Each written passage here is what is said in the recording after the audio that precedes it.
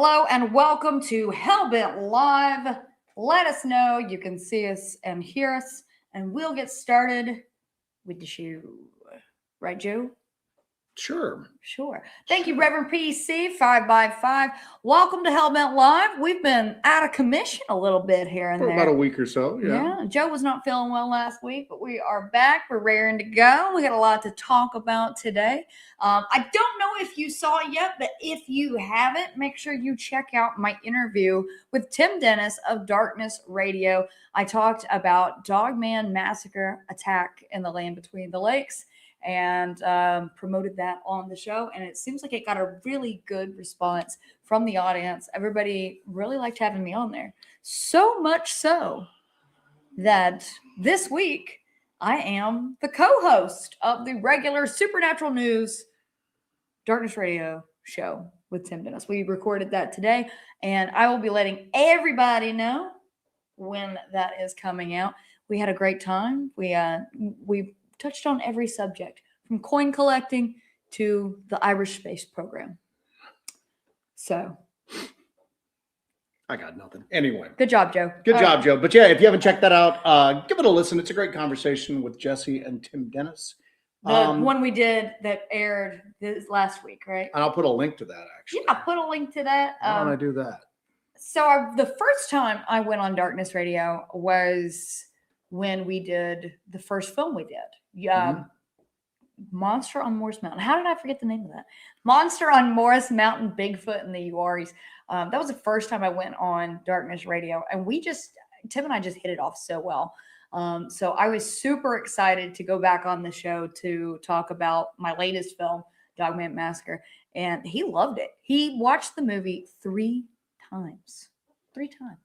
And I think he's going to go back for another watch.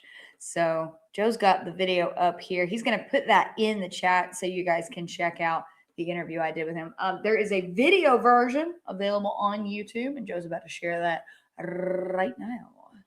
So you guys can go take a look at that after the show tonight if you haven't seen it already. And then, of course, we'll let you guys know when my regular episode of Darkness Radio comes out, Supernatural News. So it was a hoot. It was one of the longest recording sessions I have ever done. And I was thankful I had my 40 ouncer with my 40 ounce. My 40 ounce. 40 ounce casualties.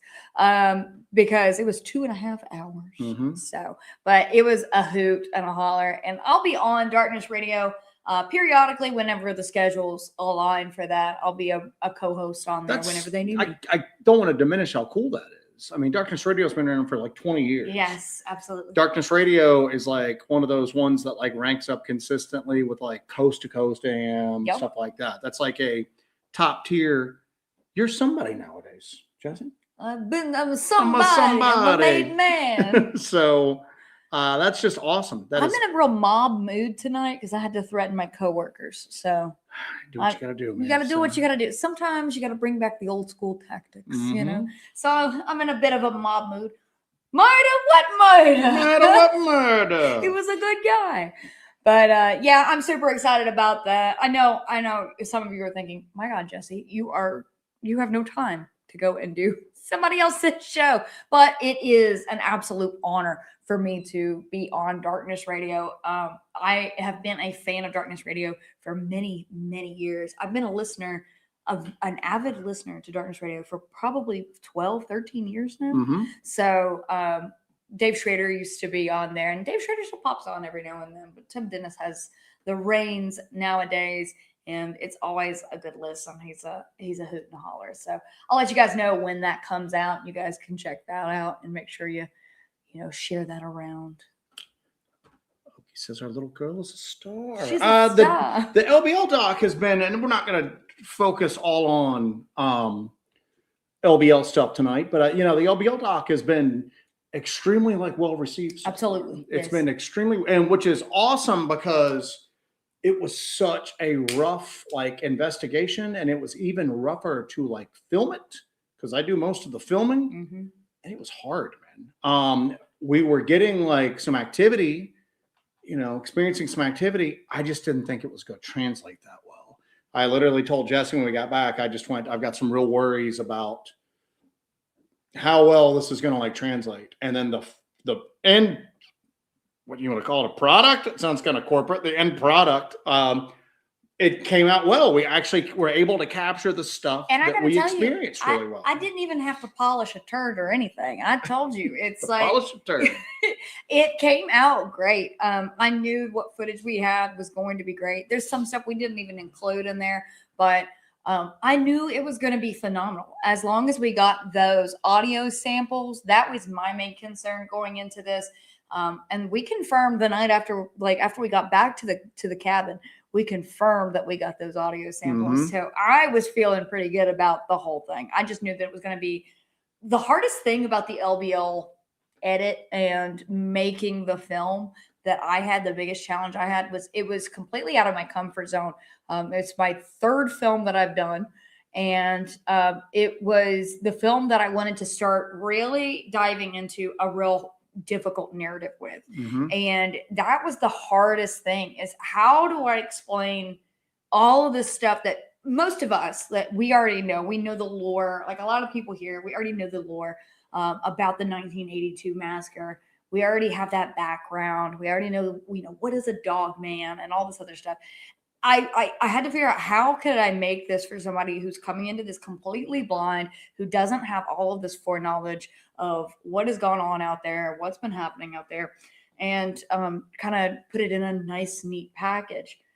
And then also put together our field investigations, mm-hmm. To where it all kind of made sense and, was exciting. And you guys could feel the excitement that we experienced out there on the ground. And I was super proud of the final product. I was like, it's like the McDonald's CEO. You're going to love this product. You're going to love this unit. But I was super proud of the final film. I was so proud of it. We are beginning our next film now, and boy, howdy, it's going to be totally different. I know that every one of these is totally different. Monster on Morris Mountain, Bigfoot in the Uaris, that was sort of our first little foray into doing this. And I don't even know what kind of, it was sort of like, what happened? Where did it happen? Okay, over here, let's go. Sumter Sasquatch was just a no holds barred, balls to the wall, pedal mm-hmm. to the metal investigation blitz. And then LBL was more of a narrative. You had more of a true crime. Let's tell a story, and then let's see what's going on now. This one, I don't know what it's going to be.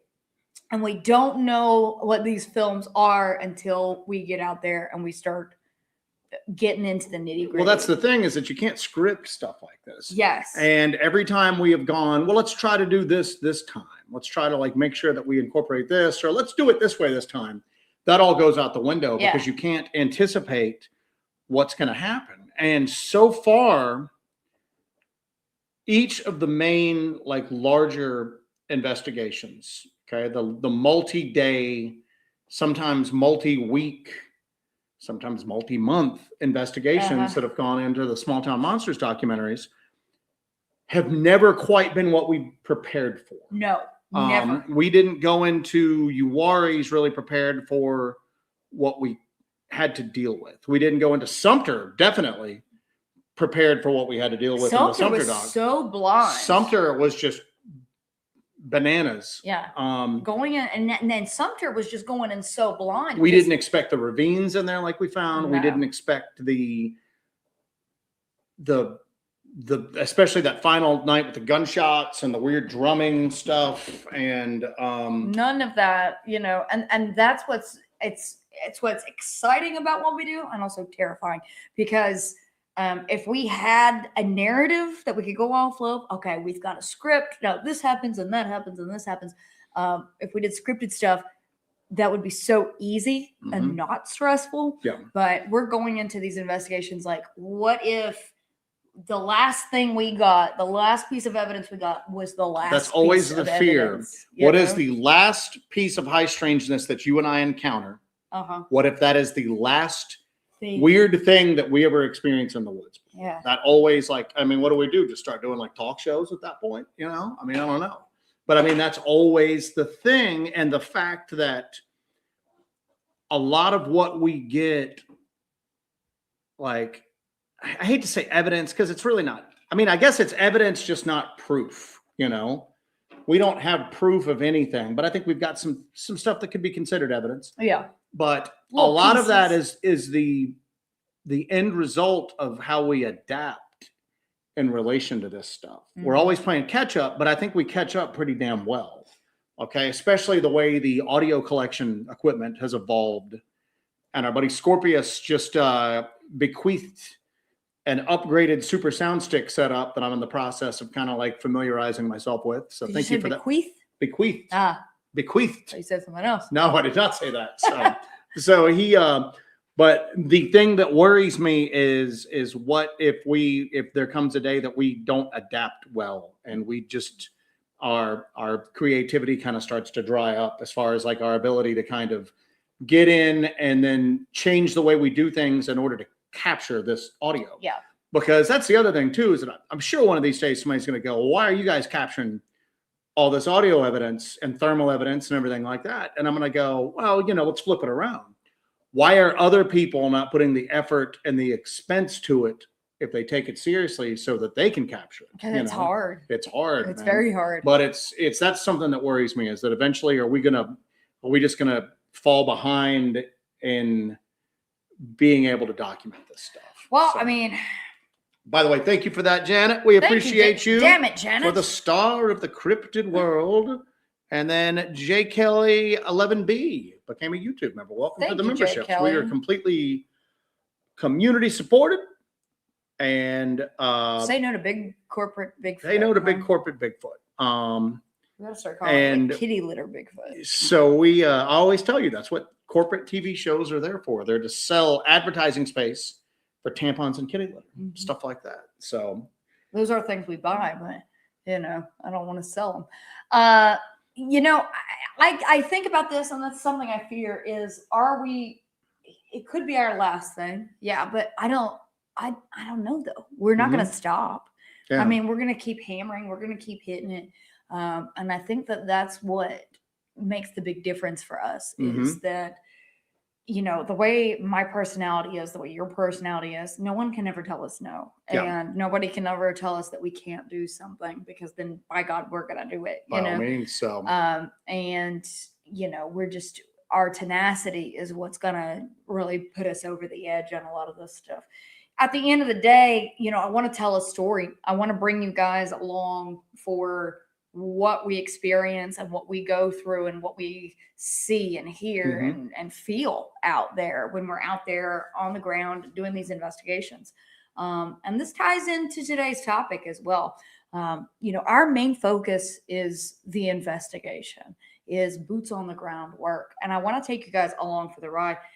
Even if we didn't get evidence, we're still working through the process of doing the investigations, and taking everybody along for that ride. And they can see our struggles and our triumphs through the whole process and everything. So that's the one thing that gets me about the YouTube sphere, is that... Are you going to be yelling at clouds? Yelling at clouds. Is that part of this is like the struggle, and there's like failures, and there's trials and tribulations, and there's like difficulties that you go through to try to do this, but you can't really present that effectively on YouTube, because then everybody's just like, haha, that guy failed.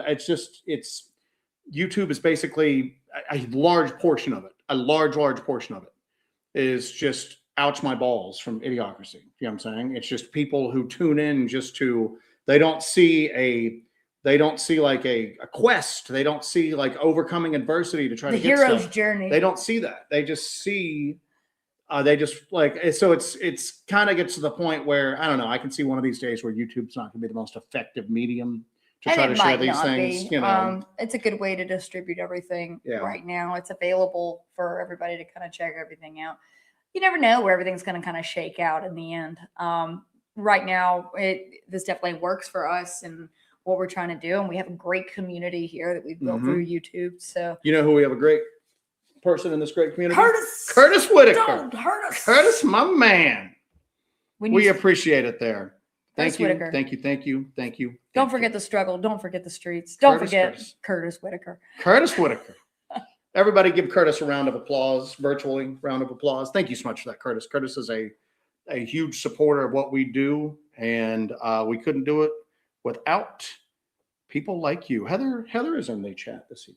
Heather Moser. Heather Moser. Okay. Right back from the Ohio Bigfoot. It's like, which Heather? Man, like chicks are just like chicks. You chicks. Chicks, man. Chicks, man. Chicks are just like killing it this year. Chicks are doing it these days, man. Chicks are running things. Heather and Courtney from Small Town Monsters were the MCs and basically ran the show at the Ohio Bigfoot Conference. And Jesse's starting to guest host on Darkness Radio. Just released a hot doc.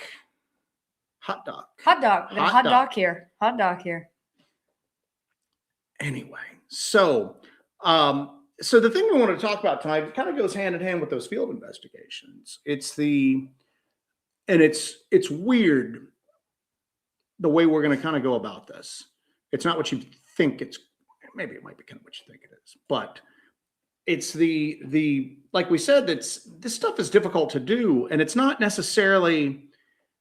When we talk about that, we're not trying to like put ourselves like on a cross and just go, oh, our lives are so difficult, blah, blah, blah, blah, blah. The fact that it's difficult makes it cool. You know what I'm saying? Yeah. And it does get frustrating and it does get difficult, but none of this is just like, look how great we are putting ourselves in this danger or putting ourselves to this like adversity. But I think that people don't really get how difficult and sometimes dangerous this is to do. And I think that when people take that into consideration, all of a sudden, the fact that documented evidence is pretty rare and hard to come by, it's because it's difficult to get. You know what I'm saying? It's difficult to get. It's difficult to try to go out and do this stuff and try to go out and second, just something else popped up there. Did you get Deborah? Deborah is what I'm getting. Deborah, thank you so much. And then Deborah has a comment to follow that as well that I've got marked on there. Okay. Deborah Feral Queen. It's one of my favorite screen names. That is one. The Hellbent touch on these expeditions makes all the difference. All the others that have been posted since literally put me to sleep. Your style, techniques, and technology is second to none. That's because it's our greatest strength and our biggest issue doing this stuff is because we're like type A personalities that are like very just intense on this. And for anybody that was at the Cryptid camp out in Tennessee with us can attest to that. The fact that we're pretty, I think we poke fun at ourselves a lot and we approach the subject. It's an enjoyable subject for us. So yeah, we crack jokes, we have a good time because it's fun. This is a fun thing to do. You know but every day we're in the war room. Yeah, but then when it's like it's time to do it. It's like, and then if there's any failure, we're extremely hard on ourselves, like overly hard on ourselves. We just can't let it go. Yeah. So that causes some problems and some issues sometimes, but it also got us to the point where we can start to document some of this stuff. If you go back and look at our earlier videos that we used to put out on those first investigations where we were really doing this in a structured, organized manner. Well, that's kind of debatable, but there was a lot of, did you hear that? Did you, oh, what's over there? Did you see it? And there's nothing, you can't see anything. You can't see what we see. You can't hear what we hear. And that had been the MO. We sucked back in the day. But that had been just the accepted way everything had been done up until that point. Yeah. That's how every video was for everybody, that it was always, and people would always complain, oh gosh, another video where they hear things that we can't. And I hate that too. And it is. That's annoying. You're correct. There's a lot of stuff. There's a lot of stuff that from our investigations, because we just don't go out to like, let's go make a video. We go out to do an investigation and we film it. The filming used to be secondary. Now it's right along with the investigation because the whole goal was to put this evidence out before the world to see. So that people that have experienced this stuff can go, see, I'm not crazy. For people that just have a casual interest, they can go, oh, maybe there's something there. But mostly we approach this nowadays as like amateur photojournalists. So we got a real photojournalist, our buddy Central Kentucky Bigfoot's in here tonight. But we try to like do a watered down version of what he does, go out and document the activity. So there's a lot of times that it doesn't make it into the videos that we release where we literally go, do you hear that? And then our equipment doesn't get it for whatever reason. There's too much interference. It's too far in the distance. It just, by the time you clean it up, it just sounds like garbage. And we've talked way too much smack to put that in our videos. Yeah, we're not doing that. Because a lot of times if you put something up and there's just nothing there, it almost throws the rest of the stuff that you've captured into doubt at that point. Sometimes people don't even get past that. So we have a tendency to, if we can't document it, we don't share it unless we're able to document the same thing like later. Like, hey, did you hear that? And maybe the equipment doesn't get it. And we hear it again, and then the equipment gets it. Because that kind of, it kind of shores up our claim that something happened. But you look at those old videos, man, it's just that. And that drove us crazy. That literally drove us crazy. And that's where the like obsessive nature of this came in. Where, I mean, when we get done with this show tonight, Jesse's going to make some dinner, and I'm going to be in there working with the new sound setup that Scorpius gave us. That's what I'm going to do until I go to bed. And then tomorrow I'll wake up and I'll go to my mundane job and I'll come home. I'll take the garbage out, and then I'll get back into the equipment portion. You're going to take the garbage out? I'm going to take the garbage out. So that's a win.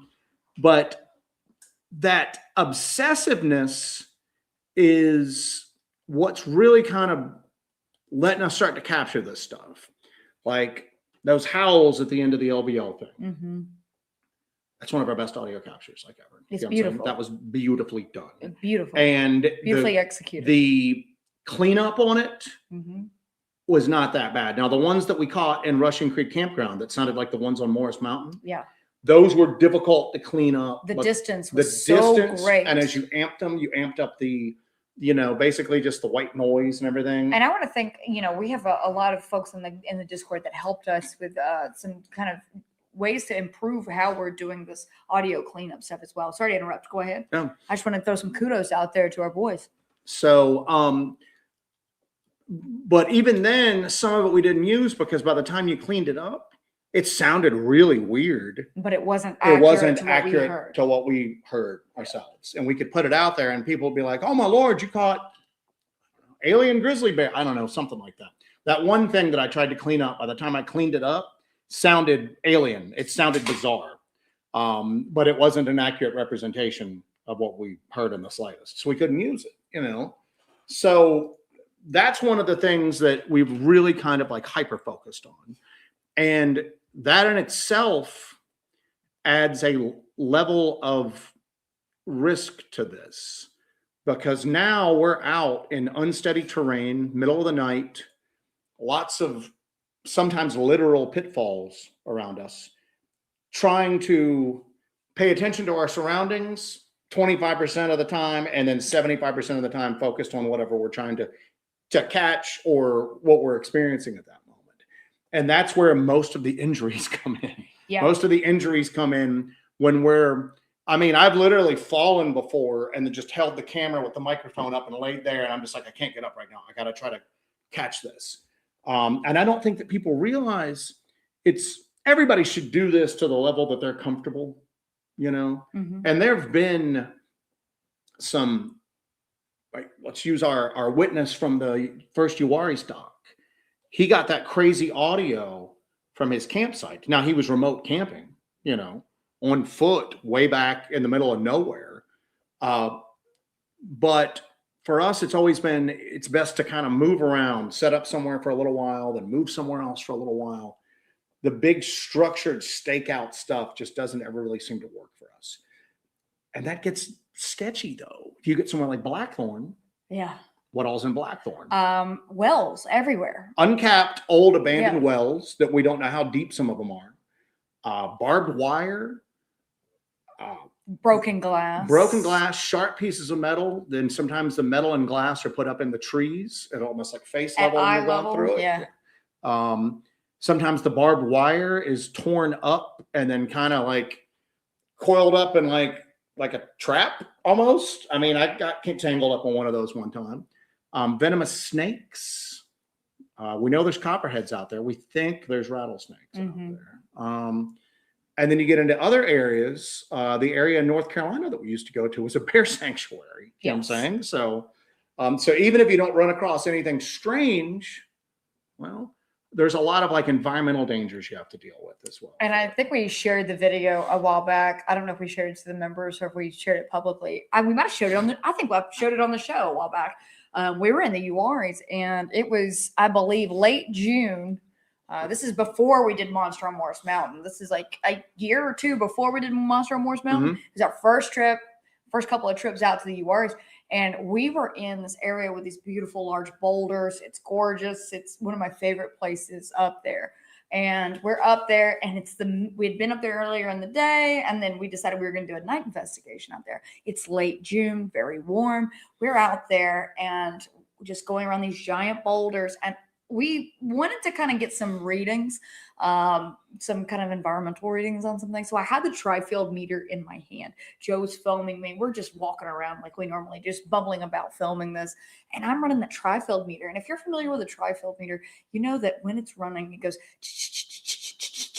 So it's constantly making that kind of quick tick noise. And I've got that in my hand and I'm standing on one of these lower boulders and I'm listening and I'm like, something sounds a bit off. So I hold it away from my head and I still hear shh.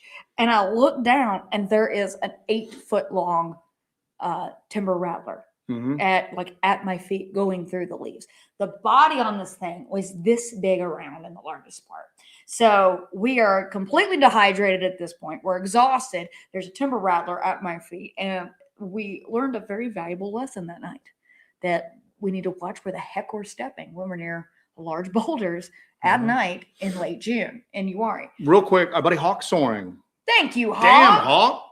Just say no to the cults and stalkers out there. Also one of the dangers. Hope y'all use this for gas funds since it just keeps climbing. Thank you, buddy. Actually, that will get used for gas going out this week. We are back in the grind of it at this point. We are back at it. Thank you so much, buddy.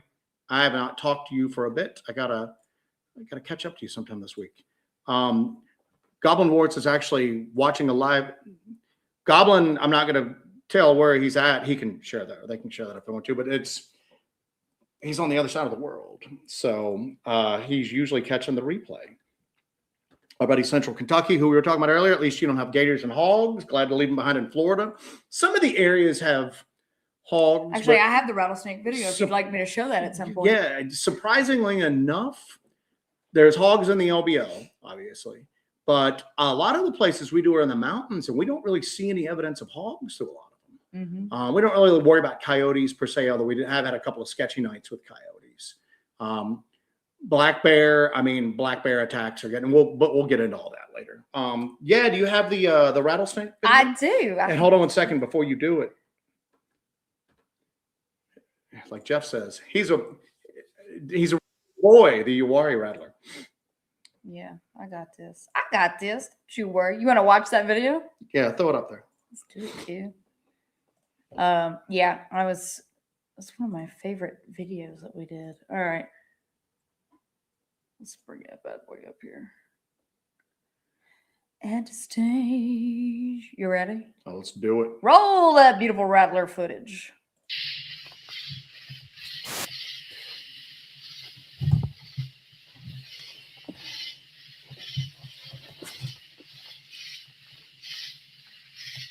This does not feel Must like have a been welcoming speed. place. No, not at all. Not at all. Not like it was earlier today. Yeah, it really feels magical.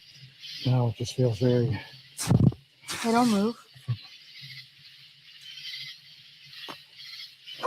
Don't move. There's a giant snake right there, okay? Move back over towards me. I'm standing here. I'm not going anywhere. All right. That's a big one. Oh, Jesus. Good catch. That's a rattler, baby. All right. Come That's on. a rattlesnake. Come back over towards me. Get All off that right. way. I'm coming. Come on. Come on. All right. That's a really big rattlesnake. Come on. Come on back over I'm towards me. coming. Don't keep telling me that if I'm coming. Doing what you're telling me. Don't just tell me that over and over. I got to put this away, okay? Right. That's a really big rattlesnake. I know. That's the biggest rattlesnake I've ever seen in my life. All right. So hold on. We got to get out of here. We need to get the fuck out of here like right now. I'm done. Yeah, we're done. We got to let this homeboy go. Yeah. Go get a shot of that bad boy, though. I ain't getting too close to him. Holy moly. Yeah. Oh, my God. Yeah. Look at him. Check around us right now. Yeah. I heard the leaves moving. Good That's why I was catch. like, don't move. Good catch. Up. Hold on. Is he coming this way? Yeah, well, we might need to. Okay, he's going. Let him go. All right. Oh my God. That sucker's big. Yeah. Oh, We're out of here. we're done. We're out. Holy shit, that's a big rattlesnake. Back in the wintertime. Look, his rattle's up. Look at him. I know. Look how big he is. How big do you think he is? Is he 4 feet long? Approximately, yeah. Oh, was he 4 feet? I'd swear he was like 500 feet long by the end of this. I don't know. How big was he? I don't know. 8 feet is an exaggeration. I will say I'd that. say longer than 4. It ain't 8 feet. It ain't 8 5 feet, something 5 like that. feet? Maybe it's just hard to tell. Hey, I'm 5'2". That's long enough for me, baby. And what's crazy is we've had run-ins with copperheads pretty frequently. That was the first time I'd been that close to a rattlesnake in like years. I ain't never been that close to a rattlesnake. I'll tell you that. That's a rattler, baby. You can tell that I'm freaked the hell out when that thing goes by there. Sharon, member for 11 months. Love this channel. Thank you so much for supporting us out there getting bit by venomous snakes. We appreciate it greatly. 23-foot long snakes. He's going to get bigger the more I tell the story. Andrew says, just remember, boys and girls, the snake won't kill you. The hospital bill will kill you. When we shared that, people were going, oh, it won't kill you. What are you flipping out about? And I'm going, I can't guarantee it's not going to kill us. You know what I'm saying? We got to get back like miles on foot. We're dehydrated. If she gets bit, she's not that big. If I get bit, ain't nobody carrying me out of those woods, you know? And not to mention the damn hospital bill at that point, man. You know, I'm not going to be hunting Bigfoot. I'm going to be doing an OnlyFans to be able to like pay for that bill, for God's sakes, man. Whoa, now we're talking. One of our OGs, Miranda Crew, OG Hellbender, stay safe. But you know, what's weird is that,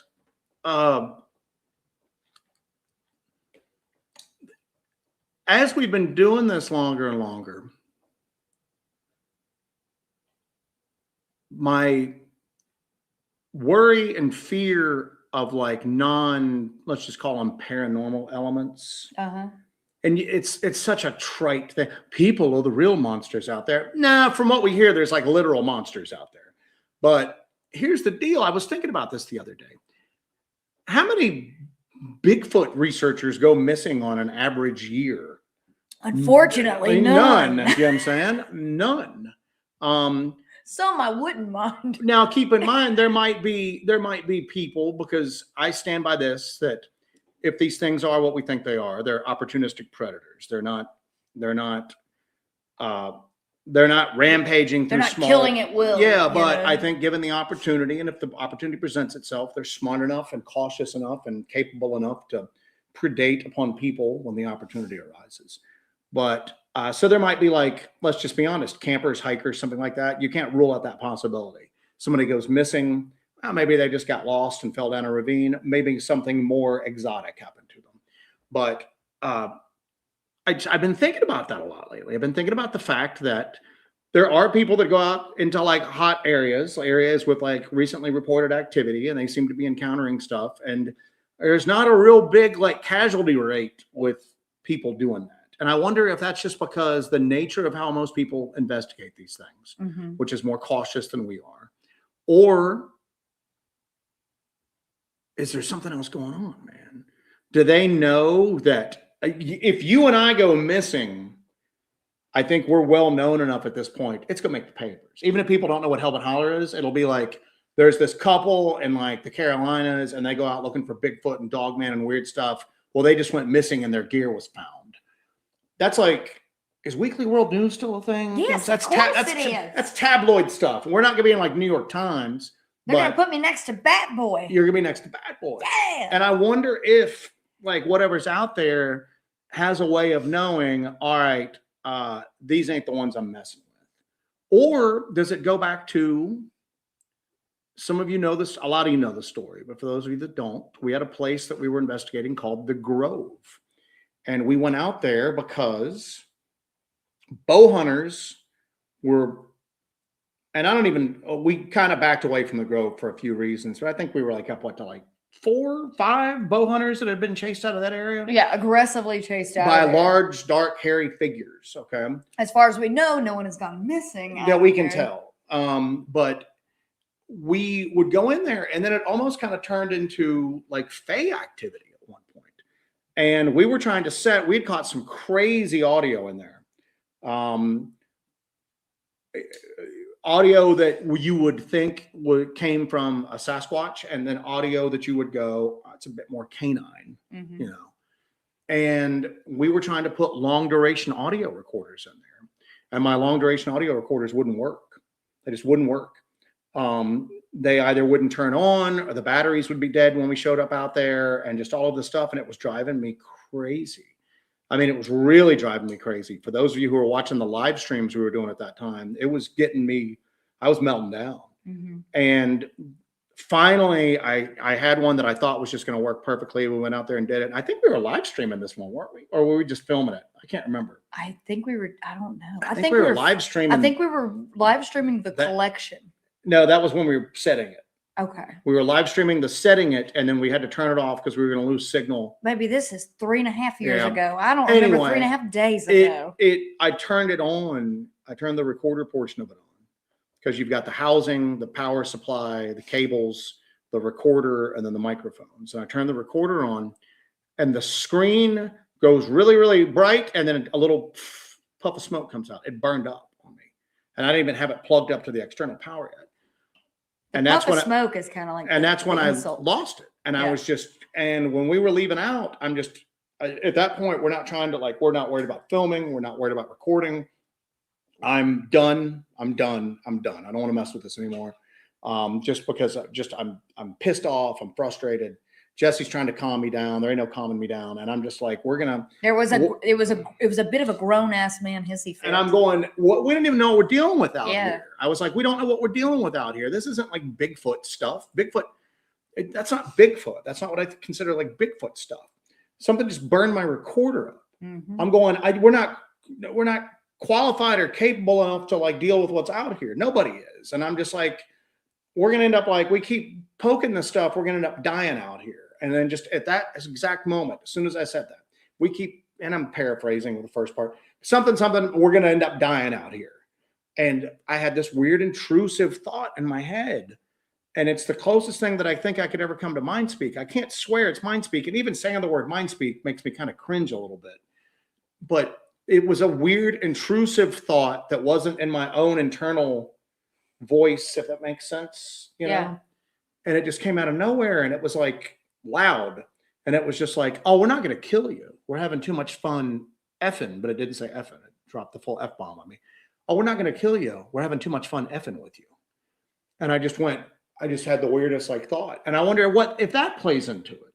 Did they take some enjoyment out of the two buffoons running around with cameras? The one buffoon. Well, I was including myself to make you feel one better. Buffoon and one sweet baby angel, I believe is what better. It was. But yeah, I mean, does it take joy in that? I mean, how many times have you and I just been driven to the brink of insanity?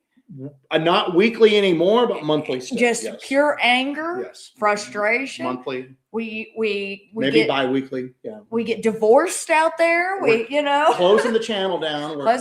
Starting an eBay account, sell the equipment. We're dividing the cats up to each other. You get all four of them.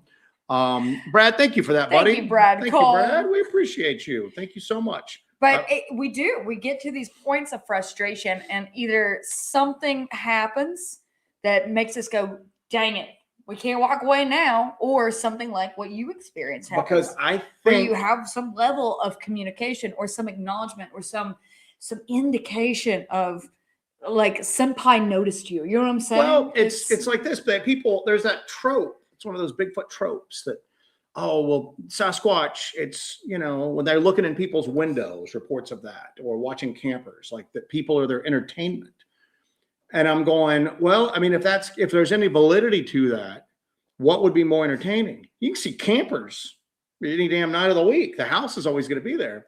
There's very few people trotting through the woods at night, just two of them, hauling weird stuff,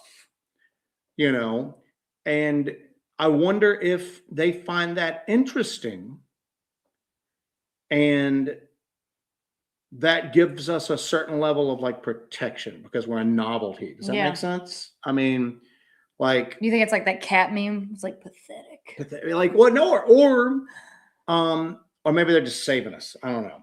But that's something that I keep going to, is that I keep going, and trust me, it's frightening out there, especially when stuff's going on. People can make fun of us for having like emotional responses to that stuff. It's easy when you're in a group of 50 people in a campground and you might hear a wood knock. It's exciting, but my favorite one was somebody said something like, "This girl is mentally ill," and I'm like, "What was your first clue?"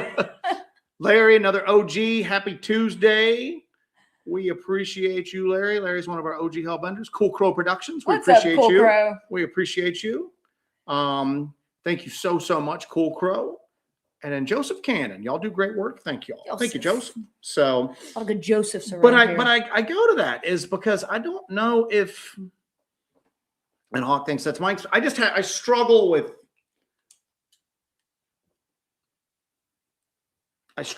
like that on a couple levels. And what's weird is that I fully accept that people have experienced that. And honestly, I believe it's real. I just struggle with that happening with me. You know what I'm saying? You have a weird connection with some of this stuff. And I know like you like to pretend like you're very shallow. No, I'm not, but I think I'm kind of like the everyman, like kind of doing this. And that's always been the thing, is that when you get right down to it, Hellbent Hollers, me documenting you going out and what's happening at that point. And I don't feel like that I'm some sort of like Bigfoot messiah or anything like that. And but you're also not totally removed from this. While you are an observer and you are recording this, you are documenting this. As I joke, you are not separate from it. 8-11. The poison's kicking in just on time. Did you poison just me? on time. Did you poison me? So actually, yeah, I'm joking. But it's just one of those things. I shouldn't be drinking liquid where death. I just go, I just don't know if it's odd for me. And guess what? I always want that to be odd for me. I don't want to become one of those people where I pretend that it's commonplace and that like I've been chosen by the Bigfoots or anything like that. You know what I'm saying? I mean, quite honestly, I think that grounded nature and me kind of maintaining that man on the street type thing about it, is actually kind of an advantage because it keeps you working, keeps you like trying hard. It keeps you in a level of having your guard up too. I mean, if you go out there and you're convinced that you're tapped into this and you understand them, you have some secret knowledge of it, then you could get taken for a ride pretty easily. Oh yeah, yeah. So, but it's, it's weird because thankfully it's not like that, because there's enough dangers out there. But like I said, and I know I'm beating a dead horse to it, but I keep going back to that. There's not a big casualty rate amongst Bigfoot and Dogman hunters out there. Something's going on. If these creatures are real and if they're physical and if they're here on the ground with us and we're out there looking and they're predatory like that. Do you think there's some kind of rules? That's where I'm kind of going to. Is there something that I always think that we don't have 99% of the picture here, if even that much? Is there, and I don't care what anybody says, these aren't dumb animals that we're dealing with out there. There's an overarching intelligence here that we seem to be dealing with somehow.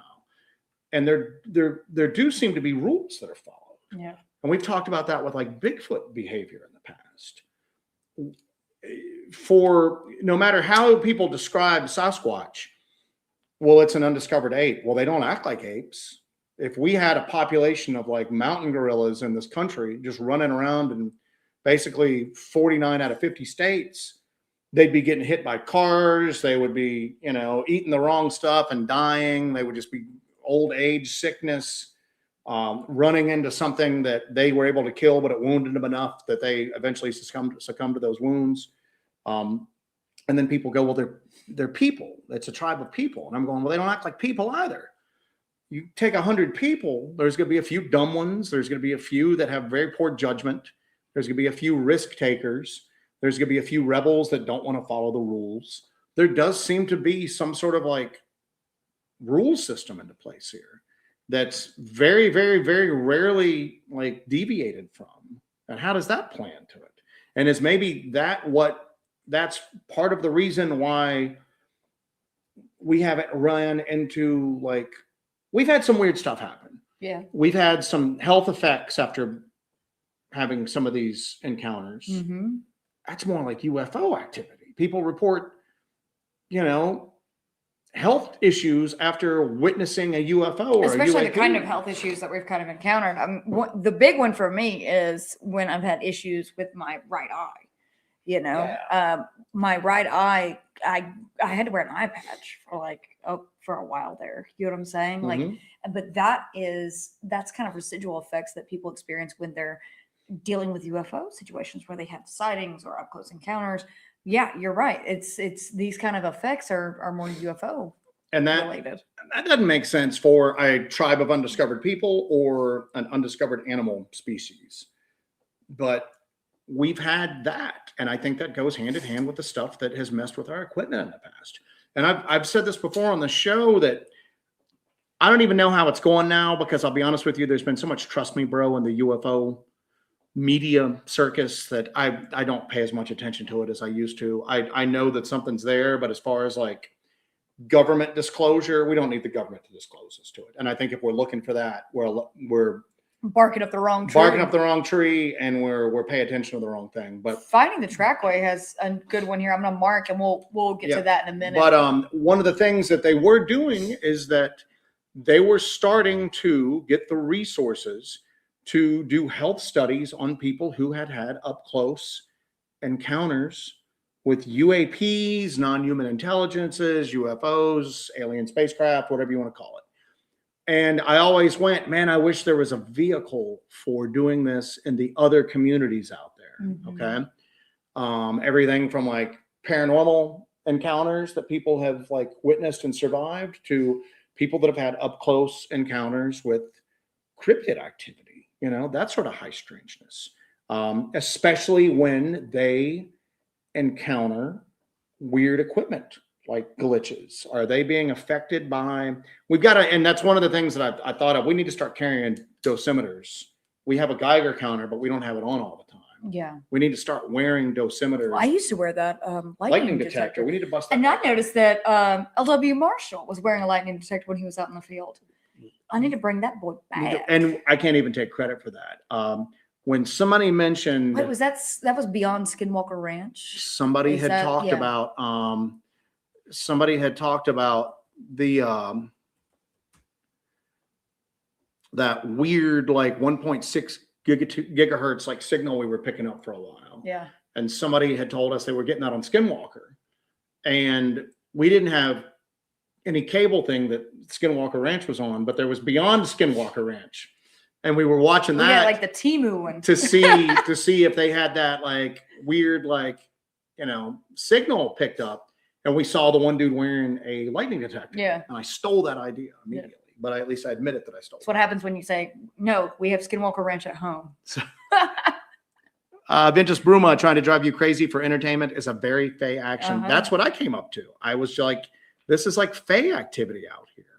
I always get weirded out when we start to go in those directions with our discussions, and when we're in a research area and it starts to go in those directions, that always makes me incredibly uncomfortable, because that just seems, for some reason, that seems so beyond. If you have a knowledge of and an appreciation of the folklore surrounding the fae, that's more frightening than Bigfoot or Dogman. Got me so uneasy. It's almost like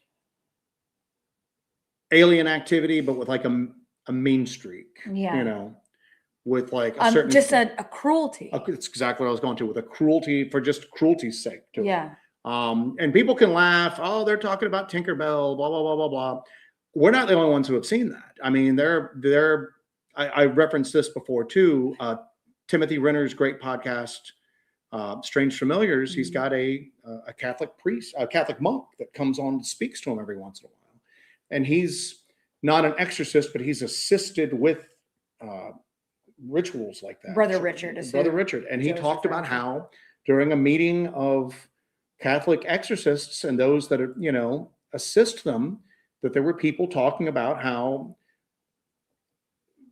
the clergy that is stationed in the Appalachian region was reporting basically not demonic possession, but what appeared to be traditional fae activity. Yeah. And they were being called in to assist people with like fae activity. And that's one of the things that's just drove me crazy, because it was just a little throwaway line. And I'm like, talk about this, screw the rest of the show. But there's other people that report that stuff, man. I mean, I don't go into it looking for the fae, but when you start having this weird stuff happen and you just go, if I'm going to match this up with anything, it's like fae activity. This is traditional fae activity that we're getting here. Of course, you start bringing that up. Of course, what do? Every time that's brought up. Well, you're not supposed to call them the fae or I fairies, pick this up, so. though. Every time it starts getting discussed. Yeah. I pick it up. I got hit in the face, not by this, but I got hit in the face that time and right under my eye. And then in that same like region, we were finding little shards of quartz that we just have on our desk. This one is when we found in that area. This is out in Blackthorn when we found this. This has just been on the desk here in the studio, but it is like, it's perfectly like an arrowhead. It's made of quartz, and we found it in one of those areas that we experienced that what can be called fae activity. And I've had this on the desk. And that's about as traditional elf shot as you could possibly get. Yeah. And I know that people will go, well, that's just elf shot is just when farmers in the UK and Western Europe would plow their fields and they would dig up old stone points from like Paleolithic hunters and everything. But those exist, but that's not saying that elf shot doesn't exist. Anyway, the Feral Queen says, I believe Bigfoot is far more intelligent than people think. Their elusiveness is proof. Mind speak is for a chosen few. Mm-hmm. Our buddy Monica, one of our hollow ballers. Hey, Hi, from Monica and Monica. Bill, loving the hair, Joe. I got a fresh cut. He's got a very good looking hairdresser. Got a very good look. I'm kind of hanging out with her. Joseph Cannon, stay on edge. It can keep you alive. And that is one of the things that it's the fear that keeps me alive. Well, that's the thing, is that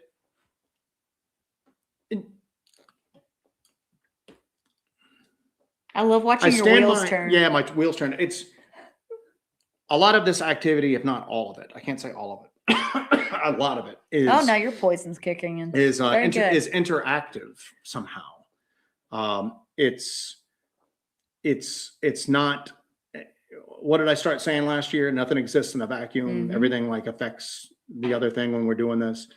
And I don't think that this is just a disassociated thing that's out there that's not aware of us, isn't interacting with us isn't affecting us possibly somehow. It just doesn't seem like it's there doing its thing and we're like hiding in the bushes like a wildlife photographer.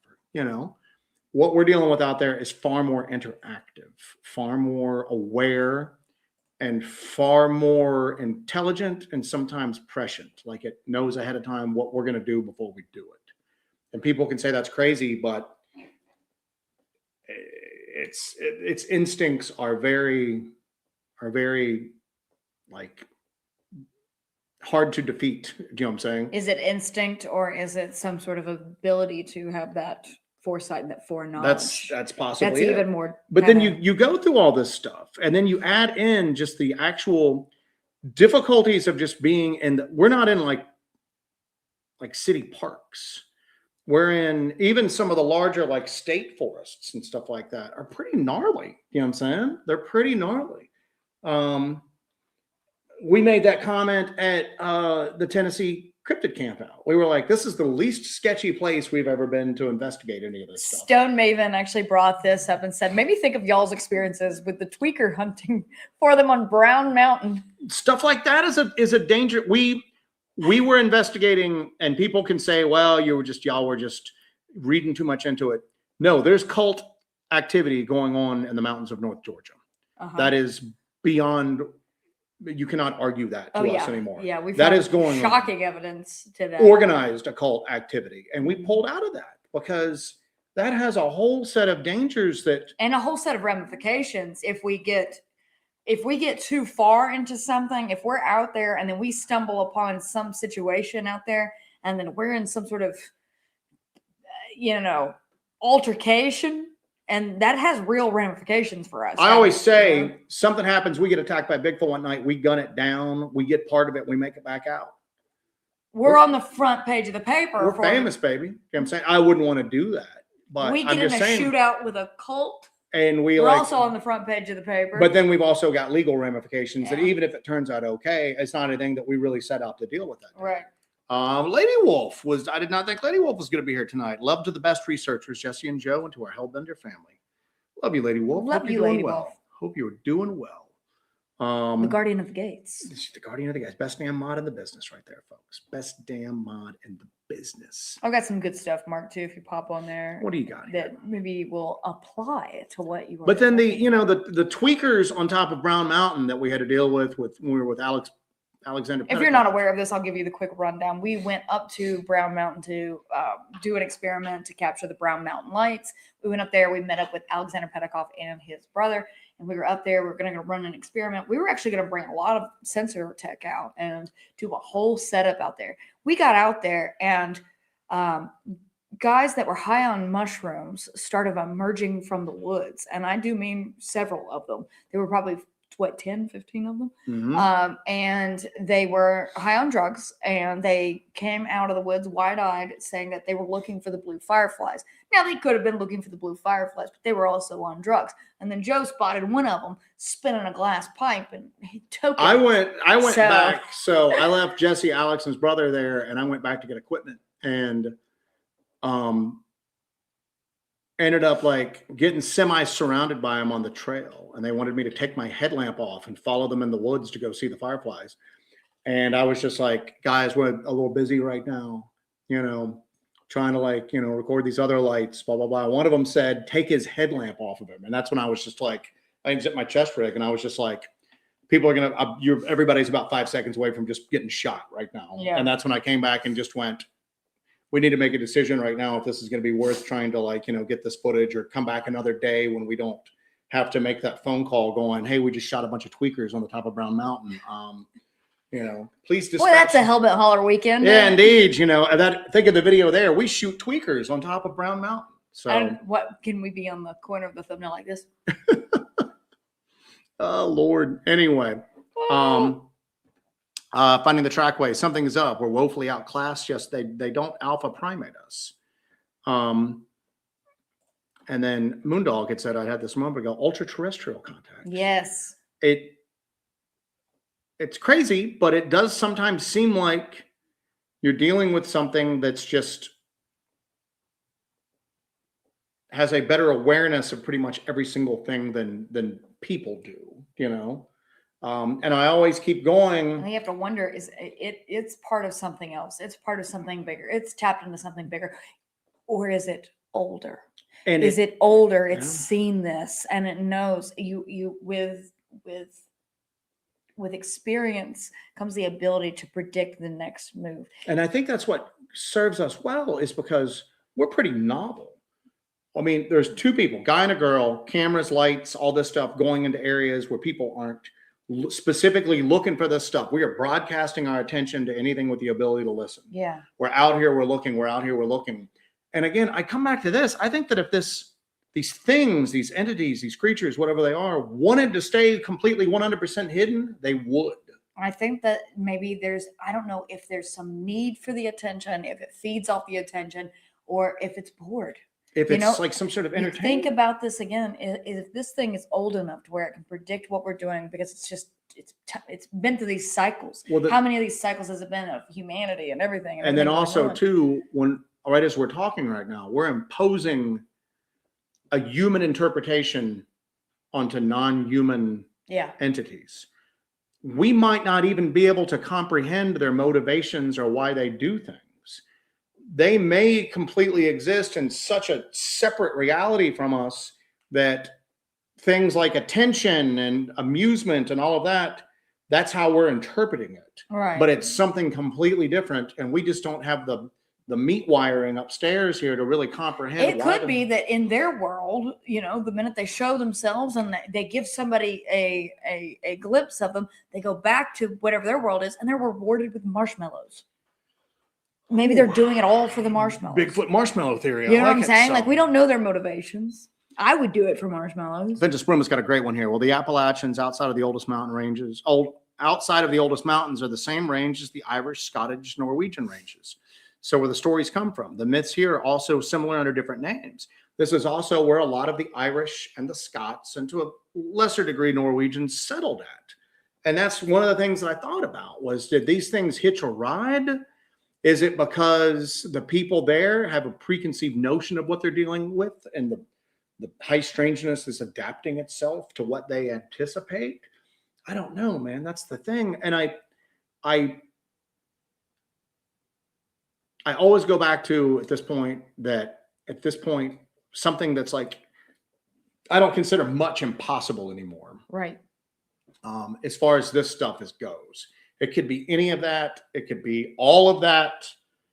You could be dealing with, I don't think we're dealing with just one thing. I think there's like a weird menagerie of like high strangeness and entities and creatures, and some of them with different abilities, some of them with different motivations, some of them maybe are aware of us, maybe others are here all the time. We're just occasionally aware of them for whatever reason. The veil thinning for like a few seconds, and we're able to hear them where normally we can't, or maybe see them when normally we can't. You know, they're always around us. It's just maybe sometimes the stars align in the right way, maybe literally, to catch a kind of glimpse of something that's always there but hidden from us. I like that there's this sort of horseshoe of confidence in your knowledge that everybody seems to, well, not everybody, some people get stuck on that upper end of that horseshoe, but there is this horseshoe effect or horseshoe situation with your knowledge that, like, when you first start out, you're wide-eyed, you're bushy-tailed, you have no idea what's going on, and you're open to so many possibilities. Then you work your way up into here and say, it's an ape, it's this, it's that. But then the further you get into that, you're coming back down to this other end of the horseshoe, and you can look and you can say, I know nothing. And we don't know anything. We don't know anything. And at this point, I'm to the point where even if I think I know something, I don't trust it. Is something just trying to like fake me out here? Doubt everything in all of this is where we've gotten at this point. We doubt everything. We got and we're not going to go into it too much. We got some interesting thermal footage this past weekend that I was talking to a couple of people that I asked to look at it to give me their impression on it. And I even told them, it looks like I caught something on thermal, but I'm to the point now where I doubt, I don't want to fall into that thing of seeing Bigfoot and Dogman behind every tree. Right. And when I do get something, it's almost like I almost want to disbelieve it at a principle at this point, because I don't trust any of this. Can I say, I just adore your contrarian nature. Thank you. Thank you for that, Ventus Bruma. And thank you, Ray. Have you guys started using your new thermal toy? Yes, we have. Like I said, we got some great super chats when we were looking for a new thermal.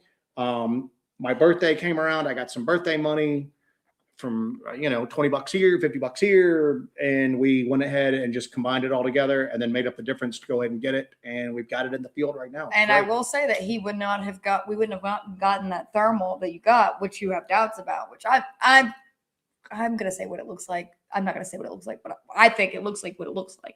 But we wouldn't have been able to get that if we didn't get this new thermal, because as soon as we got out there, we had everything charged. We had everything going. Everything was cool. Everything was double checked. We got out there. The battery was dead. With this new thermal, we're able to swap out the battery instead of having to charge the internal battery on it. Yep. So we wouldn't have gotten this if we just had our old thermal. So because we have the new one with the swappable battery, I swapped it out immediately. We were back in the game. We were able to sit there and do our stakeout and got this thing that we'll see down the line how we're gonna. But I've gotten to the point now where I'm just like, I feel toyed with as far as all this stuff goes, and nothing has happened so far to make me think that something is not flexing on us. When we were in the Uaris and that thing took off, we couldn't catch up to it. Yeah, we had to whip around. You had the great idea to whip around to the other side of the mountain. The first car chase in a Bigfoot documentary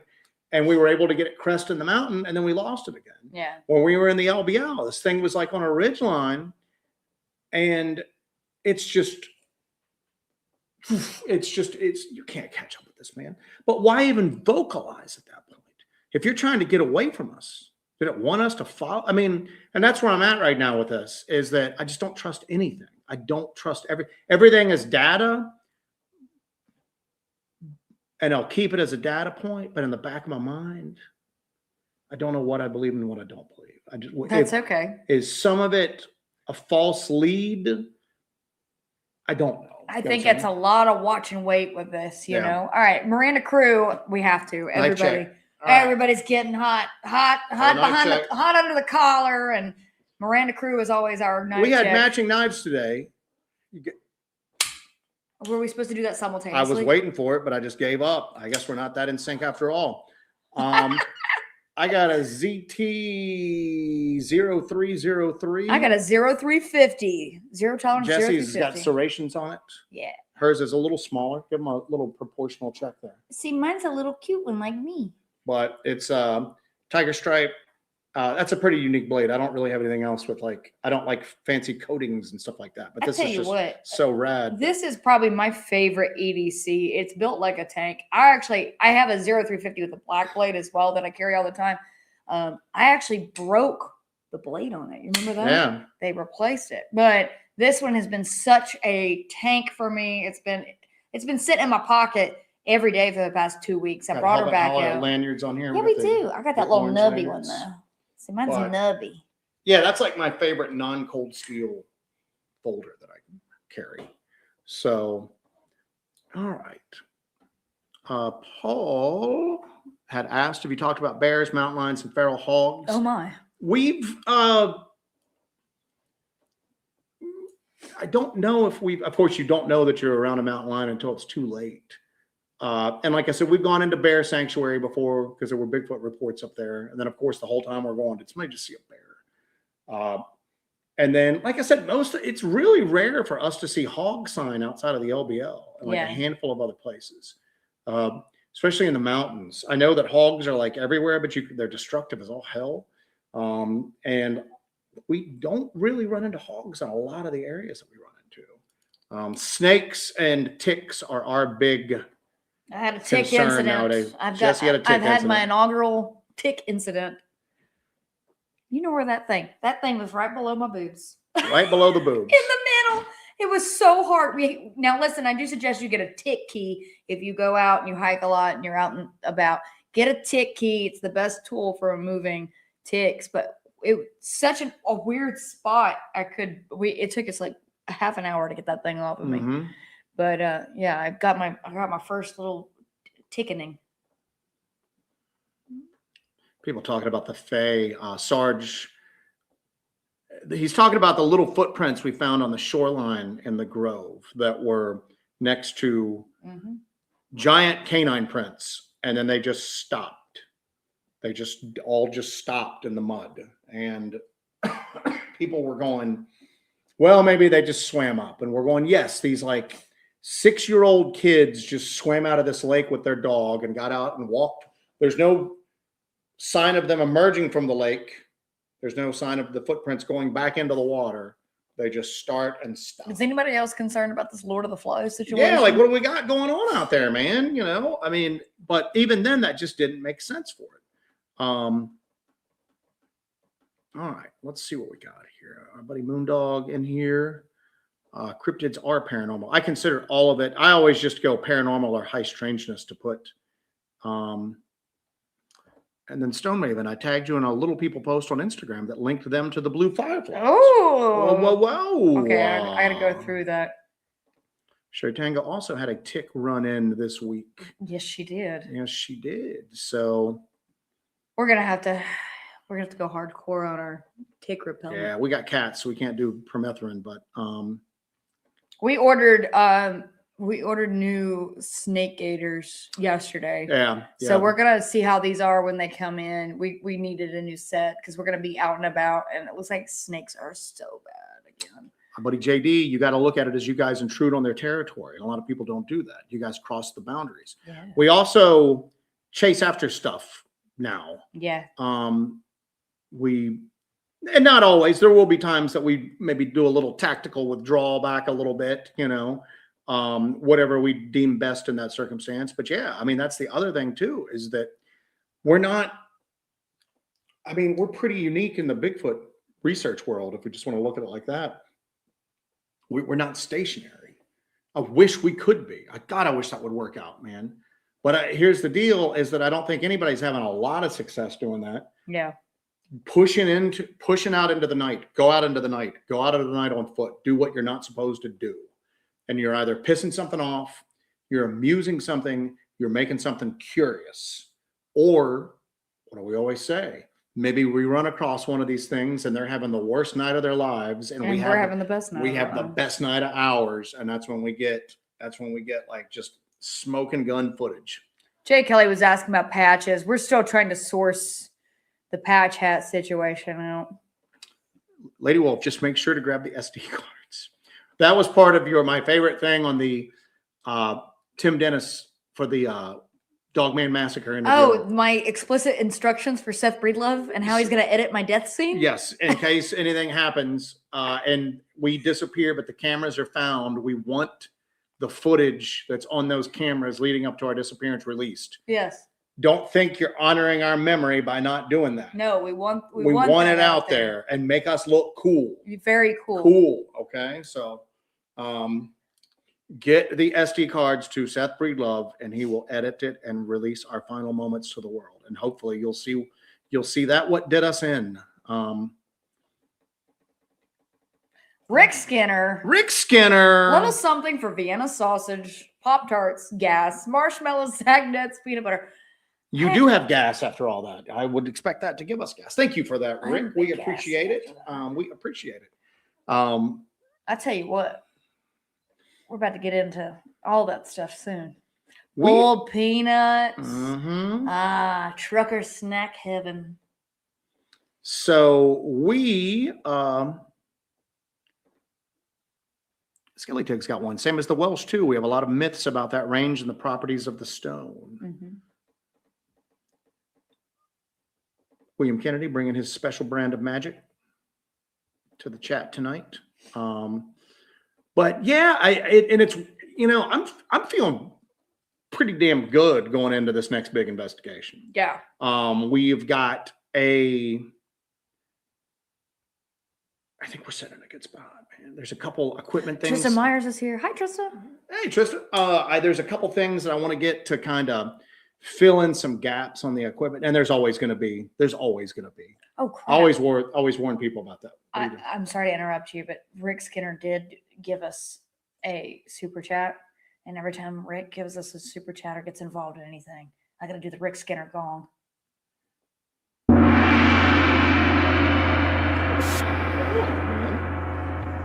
Sorry. But I'm feeling good as to where we're going in with this. I'm feeling good. Sam Burton, I just want to digress here real quick. I don't really do a lot of social media. I get on there every day for Sam Burton's farm report to see what's going on the farm. You know what I'm saying? Anyway, now that's proof of Fae activity if I've ever seen one. Just what happens on that dang farm. But I'm feeling good with where we are going into. I think we're chomping at the bit. We're excited. We're enthusiastic. We're really tuning our gear up. We're getting creative. I think we're getting set up to be ready for when it happens. I hope something happens. But I've got some cool ideas for this film that we're starting now. I've got some cool ideas, some cool investigations that we're going to take you guys into some new areas, and we'll see what happens. We'll see what kind of. That's what I'm saying right now is that no matter what these phenomena throw our way, it's about the friends you made along the way. It's about the friends you made along. I think we're going to be able to react to it. Yeah. If we get anything. And that's the other thing that worries me too, is that I don't want to feel too comfortable and too confident, because I think that's when it just goes, you're getting nothing. You're getting nothing. You get nothing. nothing. And that's the other thing that worries me too. It's because, especially on like the STM docs, we've been able to get some good document stuff. some good stuff. And we're so stressed going into these final two. We talked about it the other night that we feel good about our capabilities to document whatever happens, but we can't force it. Yeah. And we're at the mercy of what it's going to take. What's that? There's going to have to be a meltdown. There's going to have to be some tears. And you can't fake that though. You got to mean it, because we've tried to fake meltdowns and that we're quitting if we don't get anything, and it never works. It never works. You got to literally melt down and be ready to just call it. You got to give the salt and the blood. Oh, no, William Kennedy, did you hear that part? William Kennedy. It's a William Kennedy. You got to give them the salt and you got to give them the blood. You got to pay the price. Just curious. Proud to be here. Still don't know much. Still curious. That's where we're all at, man. And Ten's Tornado has a good point here that I like to think is correct as well. When y'all visit places multiple times, I think the cryptid critters become familiar. But here's the deal, and I agree with you on that 100%. And then I also say this: you have to keep a certain level of unpredictability to yourself,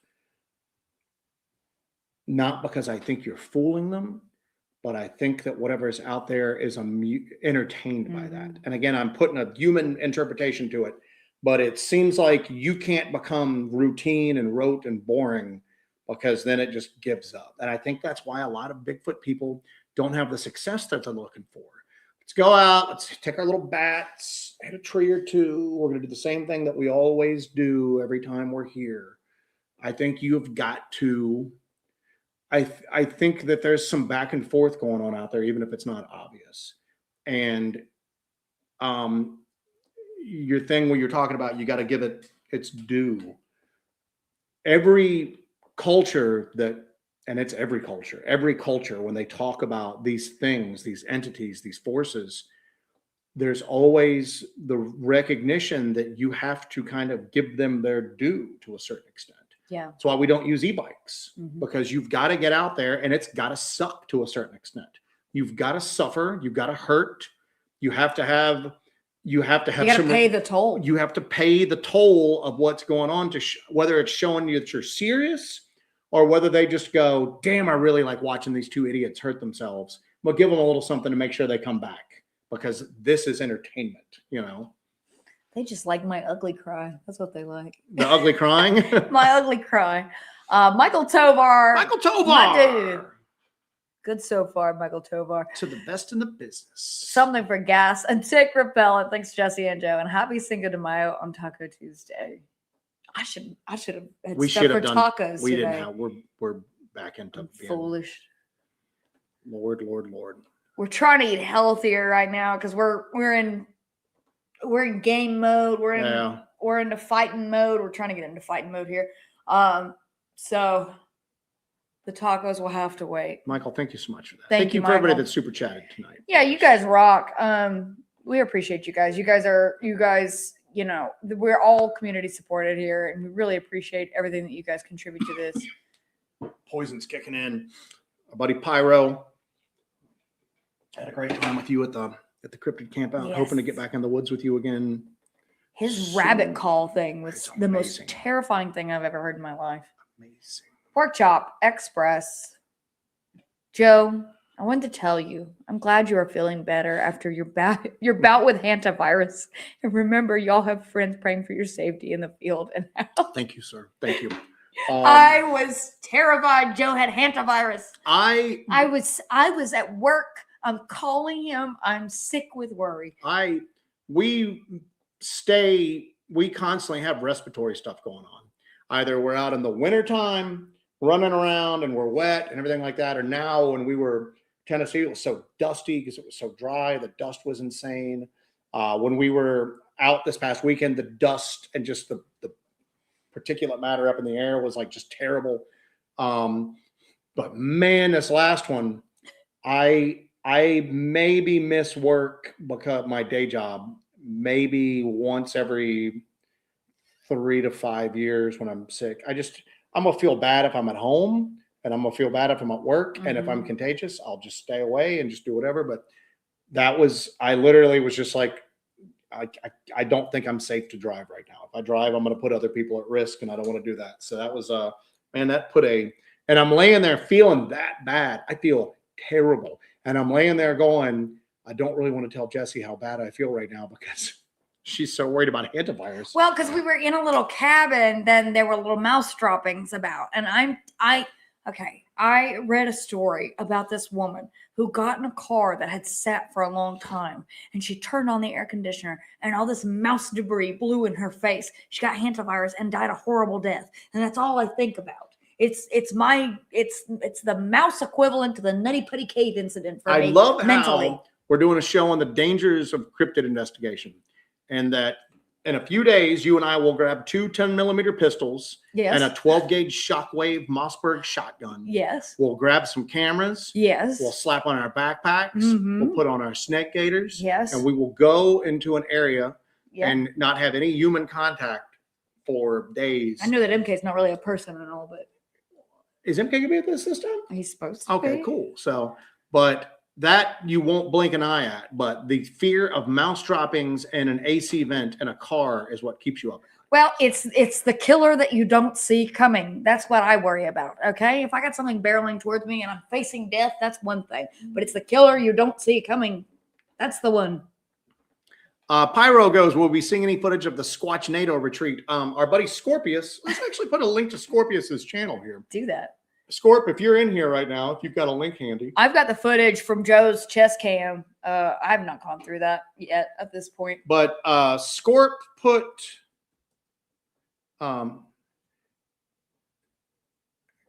We watched some of Half Inch Wrench's video. At the beginning of it, I come across the radio, get out of the woods. Just me screaming, get out of the woods. Everybody get out of the woods. here we go. Save yourselves. Our buddy Scorpius, who's in the chat right now, who ladened us with equipment when we were at the camp out, has got a YouTube channel that he started up. He is a member of the Hellbent Holler family. Pop on over and give him a He has subscribe. on his little thing there. He has some video of us escaping. He's got some video, the Half Inch Wrench crew. But yeah, Pyro, I'm going to go through because I've got that chest cam footage. I don't know what it looks like, but I was the last person out of the woods. So, and yeah, trees are coming down around us. Branches are coming down around us. So Ray Melendres. Ray, Thank thank you again, you, Ray. dude. We appreciate you, Ray. Great show as always. Great show, Joe. Thank you. Great show, Jesse. He struggled to say that. Does everybody? I want everybody to acknowledge You're that doing really it was like painful good. for him to do that. You know, that lady What? on Instagram was right. You do talk to me. I saw that again today. Brad. I got a thermal device for the night, but my dog got killed a few weeks ago. How did your dog, man? Really? When our dog passed away, we did call into work. For that. I called into work. That might have been the last time I called into work. We did not. I was in the recliner. You were on the couch, and we literally laid there for 3 days straight, just weeping. Brad, we are all sorry for Yeah. that. But yeah, everybody's giving you some condolences there. Janet has a good point about the camp out here. I think that's why there was so much activity at the camp out. There were so many people doing so many different things. It's that breaking the pattern. And I think that's what's important. You're dealing with a trickster, like entity, or something that it does not confine to the norms of like reality that we know. And I think that your own activity has to emulate that a little bit. Am I making sense right now? Yeah. You know, where you kind of have to like almost go, you know, you have to be mercurial. You have to kind of get out there and just kind of just mix it up a bit, man. You know, mix it up. Do something, get crazy with it. Anyway. Steve says, got to sacrifice at least one Leatherman. One Leatherman. You know, Steve, I got to tell you something. When I was editing, I was thinking about that Leatherman situation. You did not lose that on the run because there was a part where Joe goes past you with the camera after we ran up that hill, getting out of that Russian Creek campground area. Steve thought Steve lost his Leatherman somewhere out there. It's in the it's in the holster after Mhm. that. So I don't know. He never took it out after that. It just disappeared. Well, There's a Bigfoot with a Leatherman out there. Apported. A Buddy Bonnie Blue. When you're wired up, there's energy for them to feed off of. If you're acting, there's no energy. That's true. And that's the other thing too, is that we always catch grief when we put this stuff out because we're giving you like a raw and real feel for what's going on there. We could edit out the parts where we have like reactions and then just put, oh yes, it sounds like there's a Bigfoot on the next ridge, Jessica. That's not realistic. That's not what happens. And it's scary. It's exciting. This is the coolest thing in the world. I say that every week. This is the coolest topic in the world. If you're not excited by it, what are you doing? You know what I'm saying? Oh, you ain't going to get rich off this. You know what I'm saying? If you're not excited by it in some manner, then, take up. So we've got an update here from Sam Burton. A cruise ship can't dock because a bunch of people have hantavirus. 4 people dead so far. Thanks, Sam. Booberry also follows that up. There's a cruise ship thing happening right now as we speak. The threat is imminent. So basically, do you guys remember Night of the Living Dead?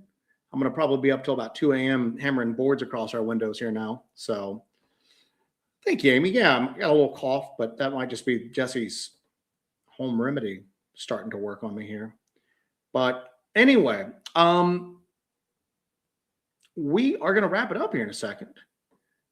And we are going to, starting last week, we got out, we had some interesting stuff happen, but we start going hardcore at this point now. We'll be going, when we're not in the woods, we'll be patching equipment, working our day jobs, back out into the woods. So we're getting ready to enter into the next however long it takes to film this damn thing. Yeah. That's the other thing too, is that we're trying to They're release, very open-ended. we're trying to release field investigations that show the possibility of creatures that aren't supposed to exist existing, and that doesn't appear on cue. The Uwari's doc, it took us like twice as long to do that as what we thought, because we were hearing it, we just couldn't capture it. Mm-hmm. We'd come home, we'd go, this sounds like garbage. And thus the super sound stick was born. The super sound stick was born. Then we got into the Sumter doc, and stuff was happening. We weren't getting it. So we had to like adapt and do all of this stuff. And then going out after like the day after Christmas, and then, hammering at it, going out sick, just doing that until we finally got it. And I've got a feeling that's what we're in for right now. We're just have to keep hammering at it until we can get it. And it ain't going to happen on the first few tries, so. And I think we know that. I think we know that, and we're going to try to, but I don't know. Maybe that stress is what's going to lead to the meltdown, which is what leads to the breakthrough. The breakdown leads to the breakthrough. So who knows?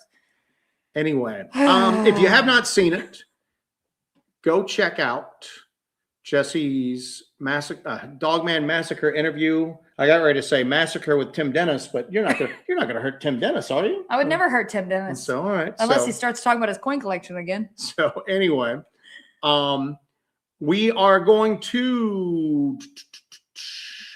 You might see us from the field. We've got a new Starlink system. Mm-hmm. Tree cover is heavy in most areas right now.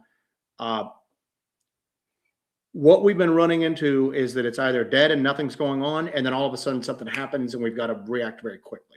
So we might try to do a couple lives from the field here and there, but right now our big goal is to try to document some more cool evidence to share with the world at this point.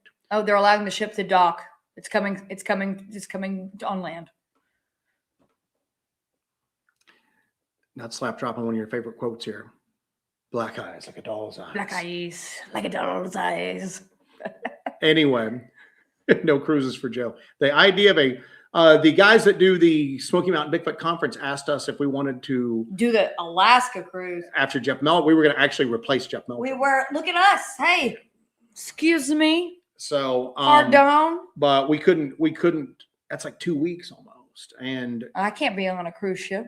And will they even let you into international waters? No, not after the knife fighting incident. Knife fighting incident. So All right. So anyway, No, because the madness would set in. The sea madness. I could see It's something that happens to my people. I could see you going pretty batshit crazy almost immediately. Like land would still be in sight. I just think we need to just go ahead and get to the business side of things. Cannibalism, we might have resorted to cannibalism a little too early. And it's never too early. But that's hindsight. Hindsight's 2020, you know. Yeah, you win some, you lose some. You Then know. you eat Jeff. All right. We All right. are going to Thank you guys call it a night. Thank you for all. joining us. Pay attention to, I guess I'm going to tell you guys whenever, I don't know. California, Ryan coming in. He's Indiana California. Jones in it. Slide. Rolling in under the descending stone wall. I'm going to be on the next episode of Darkness Radio Supernatural News. It might come out tomorrow. Tim Dennis is so quick with his turnaround. He is crazy. So I don't know what day it comes out. Can you look up and see what day it comes out? Find out what day it comes out, or maybe one of you. I'm going to be on the next episode of Supernatural News. Tim and I had a bananas conversation with Supernatural News on Darkness You're like Radio. a big deal now, because that's like a legit. I'm kind of a big deal. That's a legit thing, man. Yeah, you know what I'm saying? Kind of am. So Supernatural News. One came out a day ago. Okay. And then they're gonna come out on podcast first. 6 days ago. So it looks like it'll be next week, probably. Next week. Okay. Next week. So cool. All right. Well, keep an eyeball out, and we'll let you know when that's coming out, because it's a hoot and a holler. We'll spam the hell out of you. Yeah. When it comes up. Never fear. Yeah. All right, guys. We're gonna have an eat. We're gonna go eat. We're gonna have an eat. Let's go have an eat. Let's go have an eat, Joseph. have an eat, Joseph. Very good. We're gonna take our great haircuts and go have an eat. All right, guys. Thank you for joining us for Hellbent Live. We are so happy to be back in the driver's seat. We're Missed back. you guys. We're happy to be with you guys. Thank you to everybody who put in a super chat, a super sticker, and all that stuff. Big thank you to our members. Thank you for supporting this project and being our key to sanity sometimes. You guys are awesome. And if you like what we do, maybe consider joining the membership. Yeah. Cost of a Happy Meal every month. It is. You can keep us in batteries and Vienna sausages and bullets and Band-Aids and beans and all of that all nice the stuff. all the good bee stuff. So thank you guys for joining us. We appreciate y'all. Keep an eye out. We're gonna be on the Discord after dinner and everything. Joe will be on in a few minutes. So we'll see you guys over there on the Discord for the ongoing psychopathic chat that goes on over there. But other than that, we'll catch you guys soon. Catch you guys later. Be careful out there. Wait, I gotta get ready. Take care of yourselves and take care of each other. Hmm. Yeah. Profound. Profound. Profound. Thank you, Jerry.